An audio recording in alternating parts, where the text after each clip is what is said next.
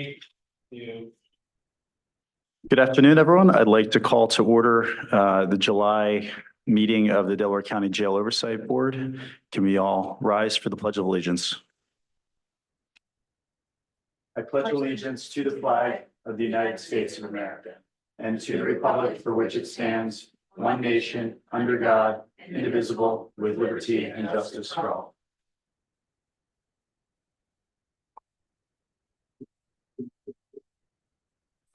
Administratively, I'd like to announce that we did have an executive session yesterday, and I'm looking at our solicitor to get the exact language of what we covered. We covered collective bargaining issues and internal investigation. And We'll go with it. We covered collective bargaining issues and internal investigations and contractual issues. Moving on to the next item, and there's a lot of echo today. Are you guys hearing that? Okay, well, we'll continue. Public comment. We have, as always, 2 rounds of public comment for our meetings. The first round is to cover agenda items specifically. And then the second round can be more generally around any matter associated with the jail oversight. I should also mention that we do have a few board members that are joining us virtually today. We have Brian Corson. Brian, can you announce yourself if you can hear us? Yes, Brian Corson, present. We have Jonathan Raheem King. Yes, Jonathan King, present. And we have Judge Pagano. Judge? George Pagano, present. Thank you, sir. Moving on to an approval of the June minutes. Is there a motion to approve? I'll make a motion to approve the minutes from June. Thank you, Controller Phillips. Is there a second? Second. Motion is second. Any questions or comments on the minutes? Hearing none, all in favor? Aye. Aye. Aye. Aye. Aye. Aye. Any opposed? The ayes have it. Moving on to an approval of the June reports. Is there a motion? I'll make a motion to approve the June reports. Do we have a second? I'll second. Thank you, Raheem. Any comments on the reports or questions? Hearing none, all in favor? Aye. Aye. Aye. Any opposed? The ayes have it. Moving on to the Executive Director's report. Executive Director? Yes, thank you. First, I did want to address the heat wave that we're in, and I want to thank all of staff and administration for dealing with that in the facility and all the incarcerated persons. It is a challenging condition. We've spoken in the past about the age of our HVAC system. We are replacing that system, and our warden will be speaking a little bit about that this evening, but it doesn't change the circumstances now, which are very hot and make it very challenging. So simply because we know there's going to be a fix in the future doesn't make it any more easy to deal with what's happening now. So again, thank you to everybody for dealing with those issues. I do also want to address, there have been some concerns from staff around morale in the facility. And I just want everyone to know that we do, as a jail oversight board, listen to those concerns and address those concerns and do our best to understand what is behind those issues. And I can assure you that we talk individually with each other. We talk also with the warden in executive session and are looking forward to talking even more with staff.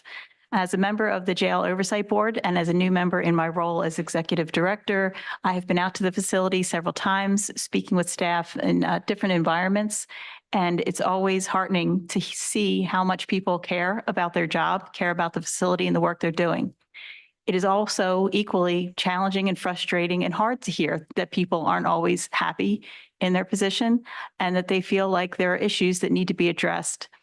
I want everyone to know that we are working on those issues, and I think that they are mainly in 3 areas. The physical environment, which we acknowledge and know needs improvement, and we have dedicated, again, I know it's a broken record, but $40 million of improvements will be coming to that facility to help address some of the things. Same as I said about the heat. It doesn't matter when you're dealing today with significant issues and facility issues on a daily basis, but that work will be coming up. It'll take several years, so it's not going to be overnight, but it is being addressed. Security, and that is something that is key and paramount to everybody. And I'm glad to see, and we'll hear a little bit more, a new deputy warden we have coming on board to help us out with security issues, but making sure that our staff feel secure. And there are issues and things we can address. And I have heard from staff certain concerns, and we are talking as a board and with the warden about how we can address those issues. So I look forward to continuing to hear from staff about their concerns, and also looking forward to continued work to make this environment as safe and secure as it could possibly be. Training is an ongoing concern as well. I know the warden had proposed a position that was denied approval for additional training staff. I think that's an area that we know we need. We do know as well that there are significant issues within the facility, people with substance use issues, mental health issues that make it all the more challenging. As challenging of a job as it is even more challenging today than it's ever been. So the training has to be regular, routine, and we need to make sure that it's happening. So that is something, again, as a board, we need to continue to advocate for. Staffing as well is a concern, not just the number of staff, but making sure we're getting quality staff and making sure that they are having the tools that they need and working the hours that they could, and that they are fully staffed and not working more hours than they want to or need to get the job done. Again, not an excuse, but this is happening nationwide in terms of there being an issue with staffing in these kind of roles, in any kind of role, frankly, where you have to show up in person.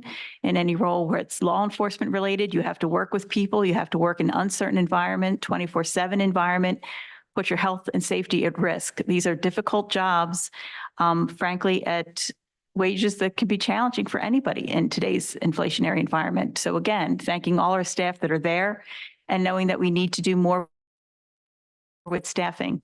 To that end, we are working closely with our county HR for more recruitment efforts. And also we need to focus on retention efforts. And that's something that we want to talk more about. We are particularly working with HR to talk more about how do we retain our existing staff. We do a lot about recruitment, but how are we really talking to people, understanding what their challenges are, why they're staying, and why they're leaving. So that's not just, again, in my role as Jail Oversight Board, but organization-wide as Executive Director, making sure that we are doing the most that we can around retention. And then finally, to mention disciplinary issues, concerns around the implementation, the imposition, and how those are operating. I want to make it clear that while there are some disciplinary issues that are handled solely by the office there at GW Hill, all terminations are reviewed externally. These are not terminations that happen at the facility, do not happen by a single individual, or it doesn't happen because of a single day or a single issue. All terminations are looked at externally. Our grievances, when they get to final stages, are handled externally, and complaints, we're also looking at reviewing externally. So we are bringing in additional resources to make sure that we are having objective reviews to ensure that our staff, that these issues are being handled in an objective way, independent way, and verifying that there are no intentional issues around disciplinary actions and any perceptions of retaliation, harassment. If there are not perceptions, if they're reality, they will be dealt with. And if they are, again, just perceptions, that's something that we need to work together as a team to address. And finally, I just want to say that is something that we really need to make sure that everybody is aware of, is that this is a facility that the Jail Oversight Board, and well, I should speak for myself, but believe that all of us are incredibly proud of the work that has happened over the last 2 years, but there's many people that have been there a long time. And I don't think they just turned into caring people. I think that for a long time, this facility has had people that worked there that cared, that were doing good work. And they're doing great work now. And we see that with the inspections that come from the state. We see that from independent reviews from external organizations. And we're hearing that from people. Doesn't mean it's a perfect environment, does not mean it can't be better, and it doesn't mean that we're not going to ask difficult questions. We will listen to staff, and I do want to let them know that I appreciate every person that comes forward, either at these meetings or council meeting. It takes courage to do that, to talk in front of their staff and supervisors and bring up issues, but we need to know what those issues are in order to make sure the facility is the best it can be. And I think that everybody should be proud of the work that's happening there and just continue to make it better. So looking forward and not looking backward to how to make this place the best it can be. And again, I think it is already a place that people can be proud of. There's challenges to be addressed, and we will address them. To that end, I did want to mention too, I want to make and will be making some more visits myself during meal times to make sure that I'm able to speak to people one-on-one. I know it's very important that people are heard, and we want to make sure, again, that myself and my role as executive director are hearing people. The Jail Oversight Board at a minimum goes out twice a year for independent reports, and I'll be going out more frequently as executive director to hear things. So I just wanted to make that clear, as this issue has received public attention. And even if it wasn't, this is something that as a group, that's what we're here to do. We're not just here to listen about the good things that happen at the facility, which is great to hear the good things that happen at the facility. We are also here to make sure it keeps getting better, stays better, and that we have the right people here working on the right issues. So I just, again, want to thank everybody that is also working towards the successful operation of this facility, every single person at every level that works every day in this challenging environment to make this facility a success, and say that we're all dedicated to making it the best place it can be. Thank you, Executive Director O'Malley. And, I think that's important context to hear. There is an infrastructure behind the jail. The jail doesn't operate in a vacuum. And given the fact that much of what we hear, they're personnel related. And in a jail setting, they're also security related. So there's a limitation on what can be said. We hear everything that is said. And I, not to reiterate what the executive director said, but this is all looked into. And, the other one I just want to, underline is there is a difference between an accusation, an allegation, and something that has been looked into and investigated. And I think we have to make that distinction. I think we hear a lot of allegations and they're all taken seriously, but we have to differentiate between that and what actually proves out after further inspection. And that's our job. That's the job of the county to really do that in an impartial way. So thank you again. Moving on to the warden's report. Warden Williams. Thank you very much. Good evening. And to everybody who is observing online, thank you very much for joining our July Jail Oversight Board. We were queued up.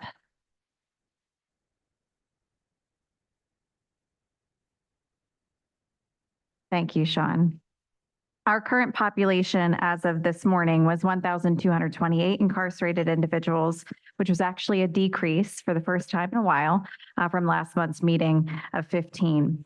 Our weekender program in the previous month were 11 participants. 9 of those were first timers and 3 were female. Commitments were down again from the previous month, as well as discharges being down. Full recreation was provided with the exception of those that are noted. We did have some pretty significant electrical outages on one of our units, which required us to move the population so that they were in an environment and setting that was secure and able to accommodate their needs. We did have two major incidences during the month of June in which there were altercations between incarcerated individuals with manufactured weapons. There were no serious injuries that were sustained. Individuals were able to be treated, discharged, and returned to an appropriate setting. Those cases were also referred to CID for prosecution and review. And I am clicking at Sean, but it is not responding. Thank you. For our demographics, we are still seeing very standard rates and changes. We did have a recent inquiry from, I believe it was the Prison Policy Initiative, that was requesting specific information related to pretrial services. And this is something they were requesting a specific date and time. So we did provide that information to them because it is available to us. But it's one of the reasons why we are reporting this information each month, because that is actually an expectation from many different advocacy groups regarding the status or demographics within carceral settings. And they allege, though I didn't fact check, that the national average is 60% of those persons, and county correctional agencies are in a pretrial basis. Our average is usually over 85% is pretrial within our setting.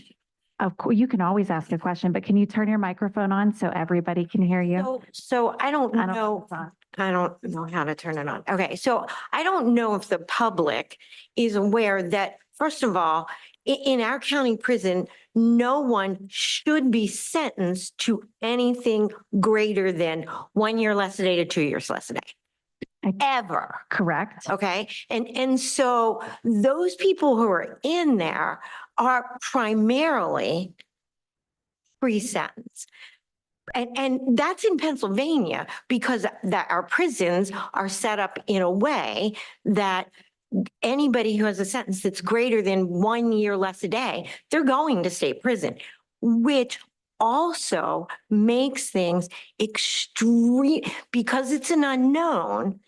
People are always, and as a judge who's sentencing them, and I'm saying this primarily for the public, I'm assuming that you know this, but that they don't want to enter into a plea or take a negotiation or even move to trial because of the unknown. In particular, I can tell you, I started that whole big thing about people who were refusing because of a man who continually refused to come to court, who ultimately, and I knew that he ultimately would end up in state prison if he was convicted.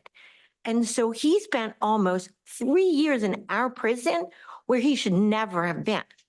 Because, look, I tried to get him to trial, but when they refused to come to court, refused to participate with their attorneys, we're not moving it forward.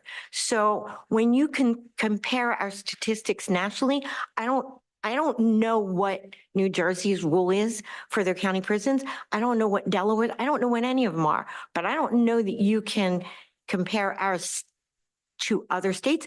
In state, I'd be interested to hear, but again, in state, we're dealing with Warren County where you got one judge and, they do 40 criminal cases a year. So I'm super skeptical of statistics.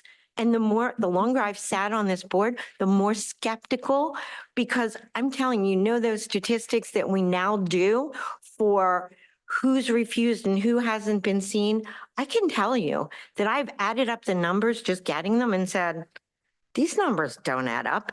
And believe me, lawyers are the worst mathematicians. I've looked at them and said, I see every single person. So who's not seeing all these 20 people? Because it's not me and it's not Judge Kelly and it's not Judge Pileggi. So with all due respect, I am super skeptical of statistics.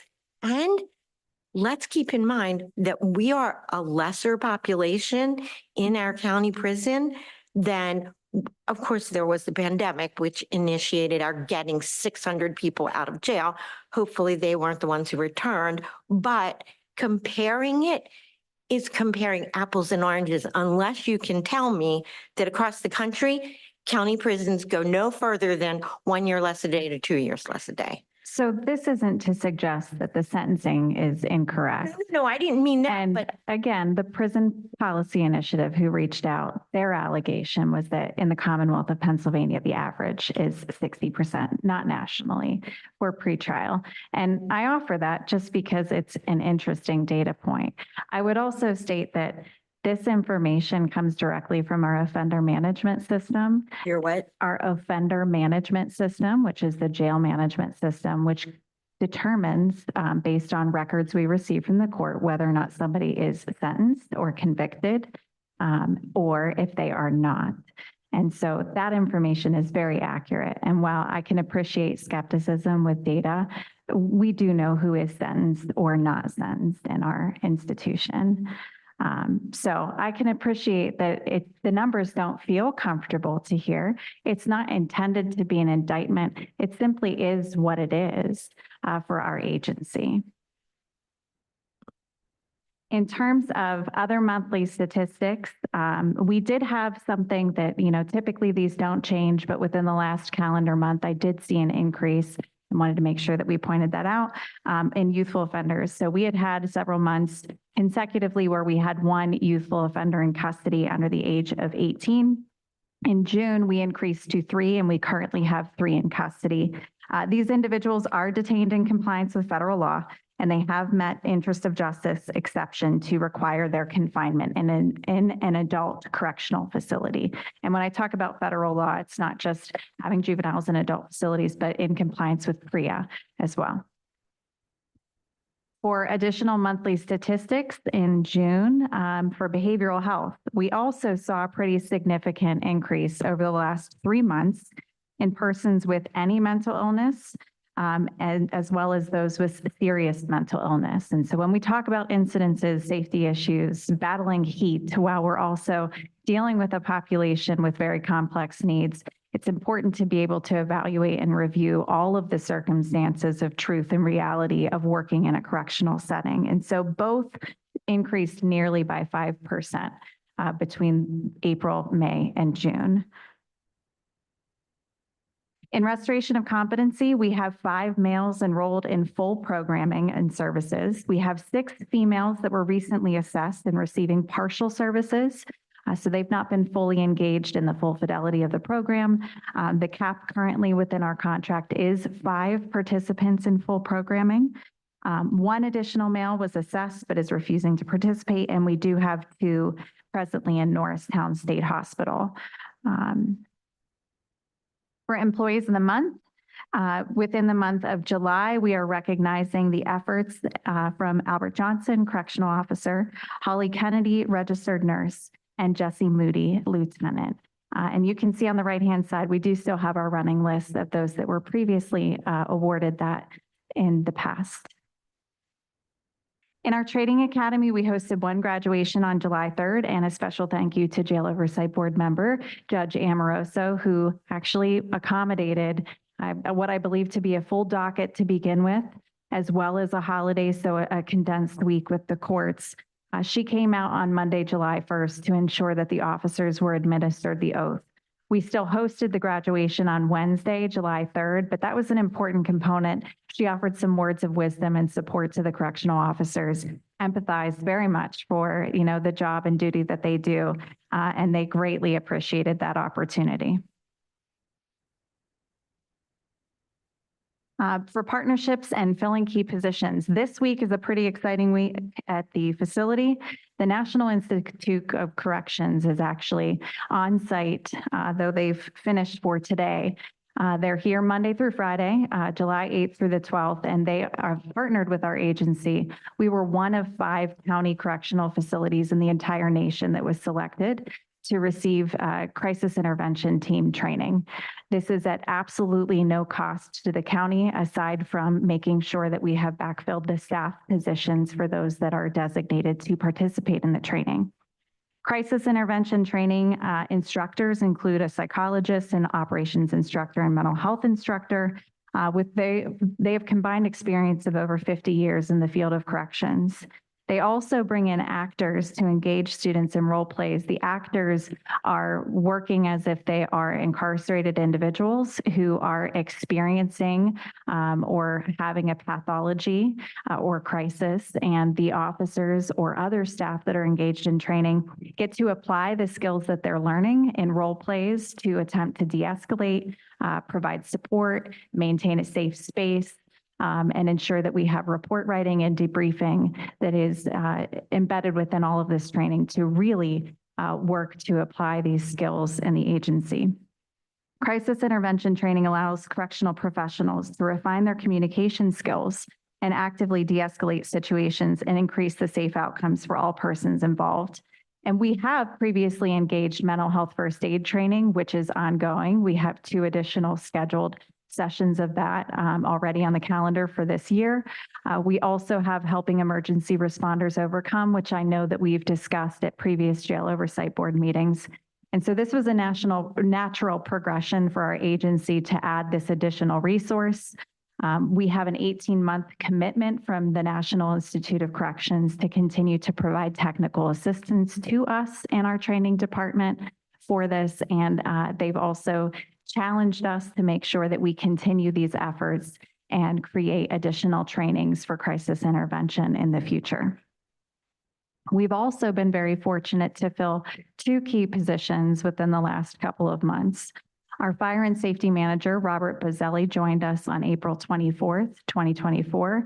He was actually a county employee at another department and transferred to our agency. So the county was able to retain an employee, even though we did maybe borrow from another department. And so that's wonderful. He comes to us with an enormous amount of experience in emergency response, fire response, as well as quality assurance and accreditation efforts.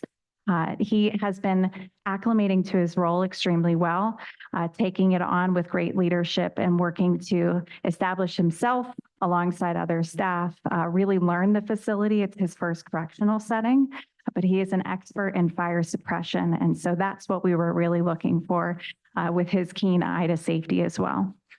And then on June 24th, we were fortunate to recruit and fill our position of Deputy Warden of Security and Training Operations with Willie Bonds, who is also an extraordinarily qualified member that Delaware County is fortunate to have join our team with previous service in New Jersey Department of Corrections.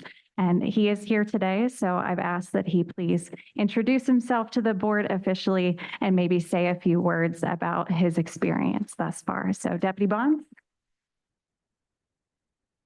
Greetings to the board. You mind coming up to the mic? Absolutely. Greetings to the board. It's a pleasure to meet you. As the warden said, my name is Willie Bonds. I started on June 24th, so I'm a full 2 weeks in. I've only had about a week in the facility because my first week was training. So it's been a whirlwind. Staff has been really, really good. Command staff has been wonderful, helping me acclimate to the facility. And so has frontline staff as well. I've been learning a lot, but there's still a lot to learn. But I'm appreciative of this opportunity and the trust that the warden and the chief have shown in me, my past experience and my knowledge that they believe that it will be a help to this facility. And I believe it will be as well. I stand ready to assist in any way that I can help. So please don't hesitate to reach out to me, call me, email me, whatever it may be, with any questions that you may have. Deputy Warden, we've had a chance to meet before, and I know you've got as the warden alluded to, you've got a very extensive background. Feel free, it'd be great if you just touch on a little bit more about that, how the arc of your career before you came here. Oh, okay. If you have a few minutes. So I come to this facility with 26 years of corrections experience, all in the state of New Jersey. I started as an officer. I spent 8 years as an officer, 4.5 years as a sergeant, 3 years as a lieutenant. So I have over 15 years in uniform, and those are all in different facilities. I spent 2 years in New Jersey, we call associate administrator, which would be considered deputy warden. I spent 3 years as an administrator of a facility, which is the warden in these terms, prior to being promoted once again to a regional director, where I was responsible for all the Southern Region jails. At the time, there were 4 facilities. After almost 2 years in that position, I was promoted again to assistant commissioner for the Division of Operations. In New Jersey, Division of Operations is the largest and the most diverse division, responsible for all uniform staff, maintenance, classification, food service, and a bevy of specialized units as well. I held that position for just over 2 years to finally landing at acting deputy commissioner for my final year until my retirement on October 1st of last year.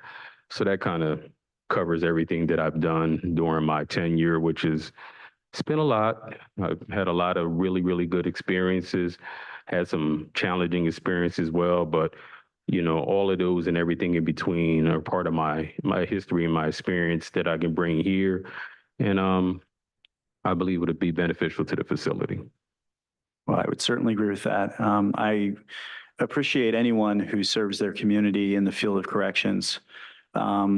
I certainly appreciate you for, after as long a career as you have, going from the on-the-ground experience of being an officer as well as the experience you have at a larger level administratively overseeing corrections across the entire state of New Jersey, we really stand to benefit from that. We always gain from having someone who has that perspective outside of just Delaware County. We always gain from having someone who's seen what works and what doesn't work elsewhere and has that comparative to what we're doing or not doing here. So I really thank you for being here, and welcome. Thank you. I appreciate that. I look forward to working with you in the future. Any other questions or comments for the Deputy Warden? Welcome. Thank you once again. Appreciate it. Thanks, Deb.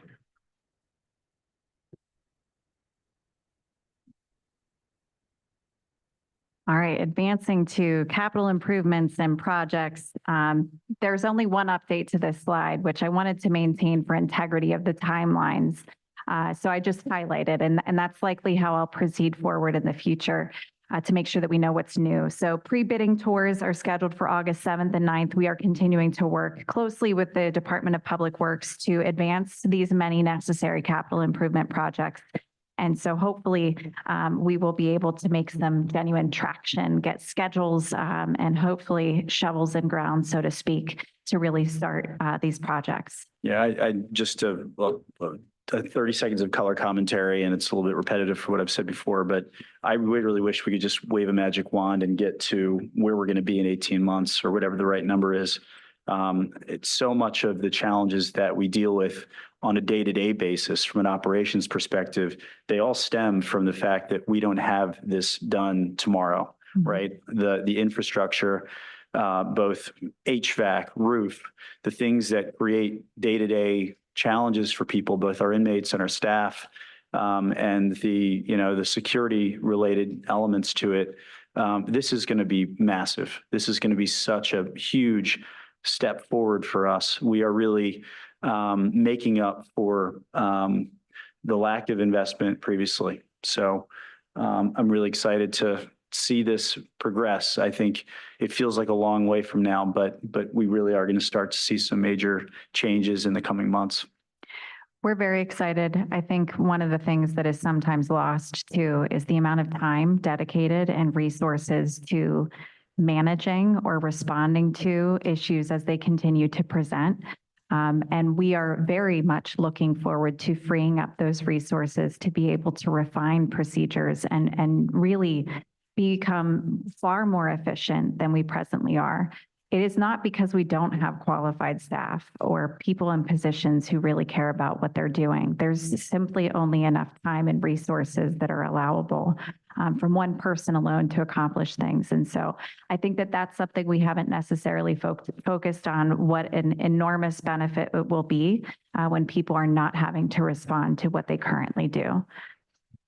In terms of HVAC impact, so again, I've left a lot of this slide up there because it is important to reiterate and educate what we are facing or battling. And so I won't repeat it, but it will remain on the slide. In terms of the current processes or projects, you can see the areas that are impacted most right now. So Unit 4A and D, a leak was identified and is being resolved this week. Unit 6, that full unit has been causing some challenges more immediately and recently, which needs full assessment and diagnostics, which are scheduled to occur tomorrow. Unit 7A and D, one compressor is needed. We had discussed that at last month's meeting. That order is submitted. We are simply waiting for the parts so that the labor can happen, which is the similar situation for Unit A and D, 8A and D. Unit 9A and D, as well as 10A and D, same leak identified, should be resolved by the end of this week. And the main hallway will also be assessed and diagnosed tomorrow. And so I appreciate the feedback that we received from the board that even if there are no changes, that we should be providing those updates and making sure that's communicated out, and wanted to make sure that we were in good faith doing that here. And then the final slide for my presentation, before there may be any questions or comments, and it's passed over to Deputy Fowley, is our cost recovery items, of which we include for everybody's awareness each month. And with that, I will open it to any additional comments or questions for me. I just had a comment, and I know I've said this before, but for the public and the amount of money it takes to make these capital changes, I just wanted to be clear, these were always county responsibilities under the prior administration using the GEO lease. For whatever reason, people apply money to whatever projects they feel necessary at the time, but these things are there because of just being left undone for years. So it's just important for the public to understand these are critical changes that have to take place, but it's been years in the making. So I'm glad we're committed, but and also I do acknowledge, the time to manage the projects from Public Works, the time to assess it. So in 2 years' time of taking it over, really, there's been a great amount of effort to get this stuff underway. So we recognize how hard that is. Thank you, Controller Phillips. Any other questions or comments on the board report? All All right. right. Then we will advance to the Deputy Warden's report, and I have Deputy Warden Fowley here. Thank you, Warden. Good evening, Joe, board and members watching online. This report for the month of July is our Q2 report. Sean, can you help me out with this guy? Thank you. We started the Q2 with 45 IPs graduating from our GD program. Our average passing rate for a county is 66%, which is very, very high. Thank you so much for the academy instructors for your hard work and dedication with the incarcerated population. In the month of April, we also accomplished our yearly goal, which is to conduct a community fair. We hosted a job fair in collaboration with the PA Career Link, and thank you so much, the EDSI and our Workforce Development, Ms. Kruski. Thank you, the security team who assisted us and all of the other staff. Question? For case management service, case manager plays an extremely important role in our facility, and they do a lot. And I want to give a special shout out to all the case managers. They have conducted 5,600 individual case management sessions. So pretty much they assisted the incarcerated person to navigate through the judiciary system. We hired 2 new case managers. Welcome aboard case manager C. Fong and case manager Day. We also conducted non-security training. Mr. Swider, thank you so much for coordinating the case manager training for understanding and host the PA state board system, as well as in partnership with Chester County Nation, they have conducted a motivational interviewing, and some of our staff, both case manager and substance use counselor, attended those training. For those people online that don't know what motivation interviewing is, it's an evidence-based practice that help people resolve changes. It's a collaborative, a person-centered approach that elicits and strengthens motivation for change. So thank you, Chester County Probation Officer Jessica Vanderbilt and Mr. Swider for collaborating. And it's a 2 different modules. The second module is scheduled for 7/16. Substance use disorder. So we'd like to welcome on board 2 new substance use counselors for the Q2, Ms. Sifoni and Ms. Robertson.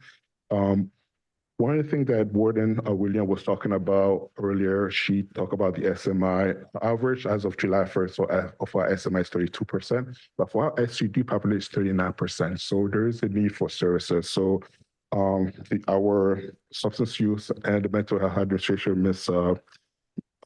O'Connor, we partnered with and we collaborated. So we partnered with the AIDS Care Group on March 5th and the American Treatment Network on March 15th. Also, we need funding, so we went out to bid and went to bid for federal funding for the FY24 STD treatment recovery for reentry, as well as our current COSAP, which is expiring pretty soon in October. chaplaincy. Reverend Dunn is for the long time one person department, and we finally have one more person, new volunteer coordinator, Mr. Matero. Welcome on board. 40% of our population participate in some form of religious services, and thank you to all the 13 volunteers organization to assist us with this process. On March 16, we started NA on a weekly Thursday group in partnership with Delaware County Hospital Institution. Last but not least, our grievances. So for Q2, we were able to increase the supply of tablets in late March, allowing more IPs to communicate electronically with their requests or grievances. 1,022 tablets are currently available for the population as of 7/8/2024. Please note that several housing units have limited access due to IP's classification, eligibility of population. Overall, the percentage of requests escalating to a grievance level dropped from 6.2% to 5.76%. So just to educate the public, so the IP has the tablet and they can put a request for information, and we have 7 business days to answer them. So after 7 business days, if they're not answered, it goes automatically to level 1 grievance, which a supervisor and administrator respond to it. If you look at the data, case management only had 2% of the grievances. They have 5,888 requests. Most of the request information is just what people are asking to participate in MET. Some of that has to do with food services. Deputy Warden, Yes. just so we understand context, I mean, I'm looking at housing unit, and that seems like it has far and away the highest percentage of requests that turn into grievances, and it's the most overall number of grievances. Can you just give a little context for what that actually means? Like, so what, some flavor, like what would be a typical housing unit request? Housing unit complaints, they actually can range from anything. The population tends to put in a request for like new clothing, new uniform requests. They'll all go through their housing unit sergeants to put in a laundry request for them to obtain new uniforms. That's the majority going to security concerns.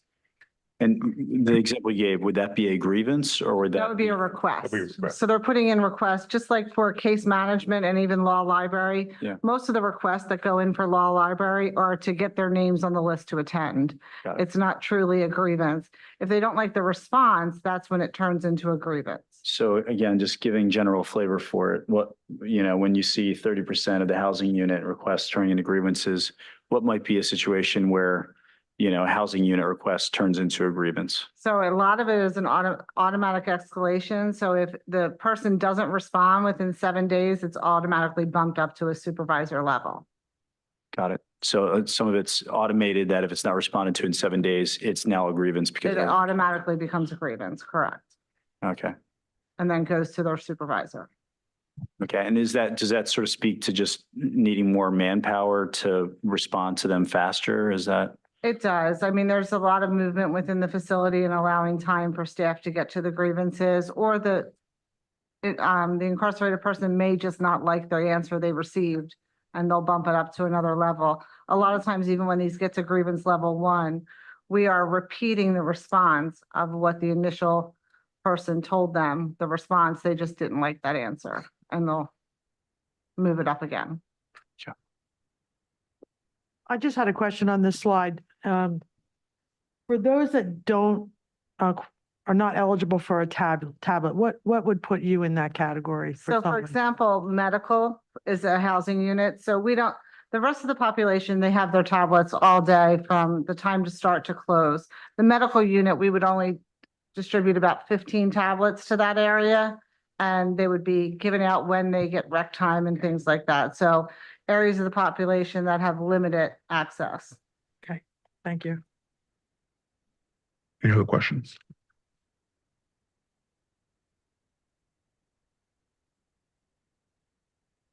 That ends my report. Michelle will come and talk about the reentry updates.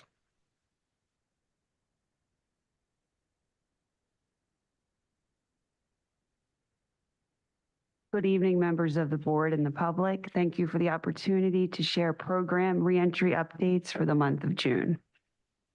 Showcased on the slide are our 2 grant-supported reentry programs. The first step, a workforce development program, concluded cohort 15 on Thursday, June 25th. 8 participants signed up for the class and 4 successfully completed the 4-week course. On Monday, July 8th, we began cohort 16 and 9 participants signed up for the course. And I'm very excited to announce we got official word from the Delaware County Workforce Development Board that we are confirmed to have a 1-year grant extension for the service. Service will now be available until June 30th of 2025. And those that are sentenced in a Delaware County, Philadelphia County, or Chester County are eligible. And that's the grant criteria. That's excellent news. Yeah, thank you for the support. To date, 75 participants successfully completed the program. And with the 1-year extension, we hope to get close to 150 completions, which is the grant's capacity. Our other grant-supported program, the Delaware County Reentry Program, DCRP, is a collaboration of efforts at George W. Hill, Office of the Public Defenders, and Probation and Parole to provide reentry services 30 days pre-release and 60 days post-release, continues to expand enrollments.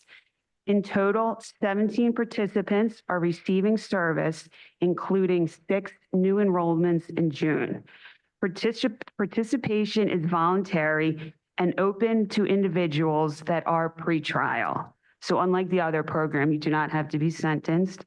And participants meet weekly with a peer recovery specialist and a reentry case manager.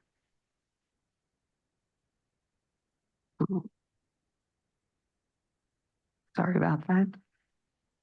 Other reentry updates include Widener University facilitated 1 financial literacy workshop with 14 participants. Thresholds decision-making course had 13 participants. Our reentry case manager provided discharge planning to 25 sentenced individuals released in June. Our 2 county drug and alcohol liaisons facilitated 61 releases to inpatient treatment.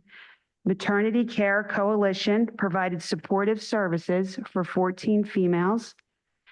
The Delaware County Veterans Department engaged with 2 incarcerated veterans in the month of June.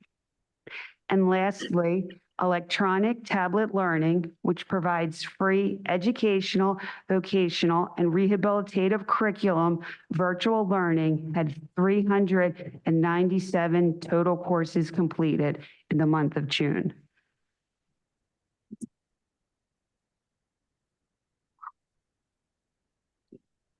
In conclusion, on Monday, June 17th, I had the opportunity to attend Child and Family Focus's yearly conference at Swarthmore University. The conference, Shattering Stigma, Reframing the Image of Recovery, included a guest speaker, a panelist presentation, Narcan training, and networking with professionals in the field and community. Child and Family Focus provides prevention education programs to our youthful offenders. The organization is supported by the Delaware County Department of Human Resources, Office of Drug and Alcohol. We look forward to continuing and expanding our partnership. And to the public tuning in, you can reach out to Child and Family Focus at 833-321-2275 to learn more about their youth prevention education programs available to all county residents. Thank you. Can I answer any questions? I have one question. Yes. For the people that are taking the online courses, do you keep track of is there scholars out there that are incarcerated that keep doing classes over and over again that could be encouraged? I mean, that's a lot of classes. I'm just wondering if we track it in any way. And I've noticed a lot of the users of the programs, they do complete multiple courses. And what's wonderful about the 2 programs we have on the tablet, Once released, you have access to these programs, one a year post-release, and the other program, it doesn't expire, so you can continue learning while you're released into the community. It just seems like those are people, we, put a hand out that they're already interested in the learning and that we made that you're making that available. So I was just curious about it. We could absolutely explore that, and that's a good way to engage them into our in-house programs. Thank you. You're welcome. Anything else for the deputy warden? All right, thank you, Deputy Warden. Thank you, Deputy Warden Shaw. Moving on to any new business from board members.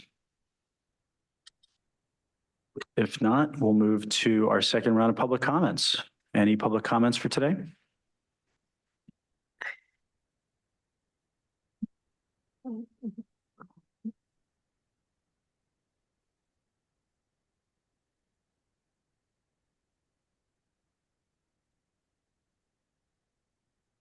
Kimberly Brown Cowan. Good evening. I have a question. I'm looking at the minutes from last month's meeting, and the public comment that I made was not the comments noted on the minutes. I know you guys voted on the minutes. I'm asking for the minutes to be amended with the correct public comment.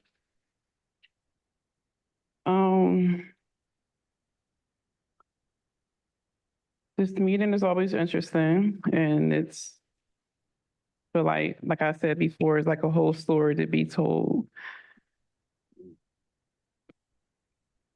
Every IP does not have tablets, and I'm going to speak with Deputy Ward and Ms. Strode tomorrow about the issues with the tablet, because I can talk to Deputy Ward and Ms. Strode easily, and she always have her door open, available to speak.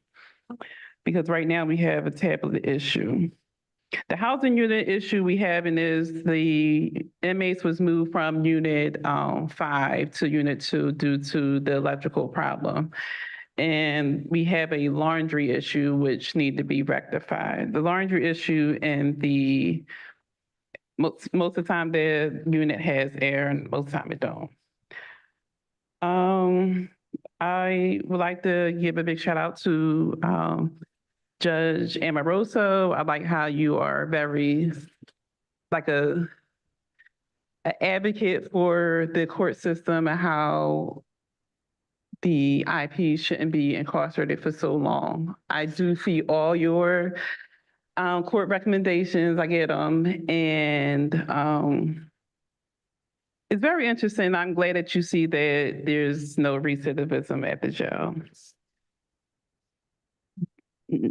Another thing to note is that at these board meetings, nothing's really talked about the staff and the staff and abuse, assaulted. We have a lot of staff members that's on job injury due to an inmate, and that's never put out there. It's a lot of things that need to be put out there, and you guys need to talk to different departments in the jail.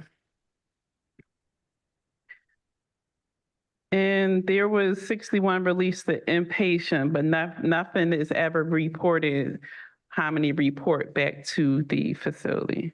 Also want to thank Executive Director O'Malley. I appreciate you. I came to you as a brand new director for help, and it seems like you're the one that only help. Thank you. Thank you, Ms. Brown. And you mentioned the tablets. It's certainly, we're aware that the managing the tablets has been a challenge at certain points.